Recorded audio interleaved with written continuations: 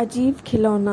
Inspector Ajay police station से lunch के लिए घर आया तो तब तक 3 बज चुके थे। उसे घर में आए हुए देखकर सौम्या बोली, बहुत देर कर दी, लंच तो टाइम से ले लिया करो। यदि समय पर खाना नहीं लोगे तो सरकार और लोगों की सेवा कैसे करोगी?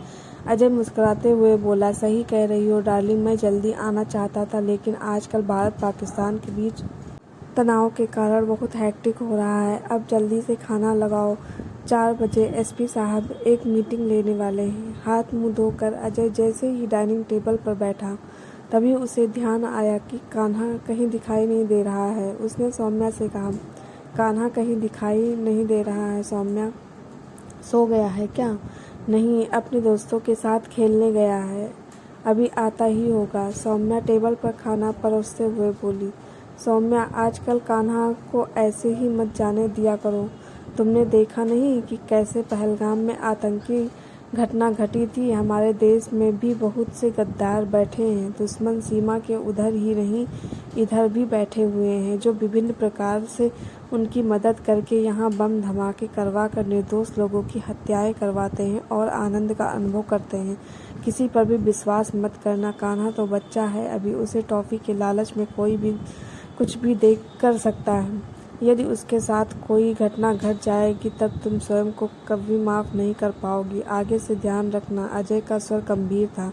अजय चुपचाप लंच करने लगा। इतने में कान्हा आ गया। उसके हाथ में एक अजीब सा खिलौना था। उस खिलौने को देखकर अजय बोला, बेटू, ये खिलौना कहाँ से आया आपके पास? मैंने तो नहीं दिलवाया था ऐसा खिलौना। फिर उसने सौम्या की ओर देखकर कहा, क्या तुमने दिलवाया था यह खिलौना? सौम्या कान्हा के हाथ वाले अजीब से खिलौने को देखकर बोली, नहीं, मैंने तो इसे कोई भी खिलौना नहीं दिलवाया है। पता नहीं यह सब इसे कहाँ से ले आया है। सौम्या की बात सुनकर अजय चिंतित हो गया। उसने कान्हा से पूछ लिया, बेटू, आपके पास यह खिलौना कहाँ से आया है?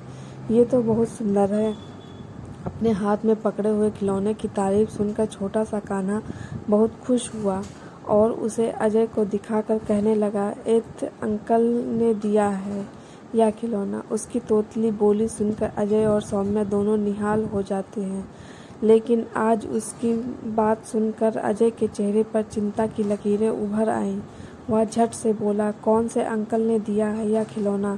कान्हा याद करते हुए बोला, एक दाढ़ी वाले अंकल ने दिया था। दाढ़ी वाले अंकल का नाम सुनकर अजय के होश उड़ गए। वह खाना बीच में छोड़कर फटाक से उठ गया और दौड़कर कान्हा के पास गया। उसने कान्हा के हाथ से वह खिलौना छीन लिया और उसे खिड़की के बाहर फेंक दिया। धड़ाम की जोरदार आवाज़ ने सबके दिल दहला दिए। बाहर खड़ी गाड़ी के परखच्चे उड़ गए। सौम्या और कान्हा दोनों डर के मारे अजय से चिपक गए। बहुत देर बाद दोनों संयत हुए तो अजय ने सौम्या की ओर देखकर कहा, अब आगे से कान्हा को कभी अकेला मत छोड़ना। सौम्या को अपनी गलती का एहसास हो चुका था। उसने कान्हा को गोदी में बैठाया और उसे बेतहाशा चूमने लगी। दोस्तों, आपको ये कहानी कैसी लगी कमेंट करके ज़रूर बताना और हमारे चैनल पर नए हैं तो चैनल को सब्सक्राइब करना।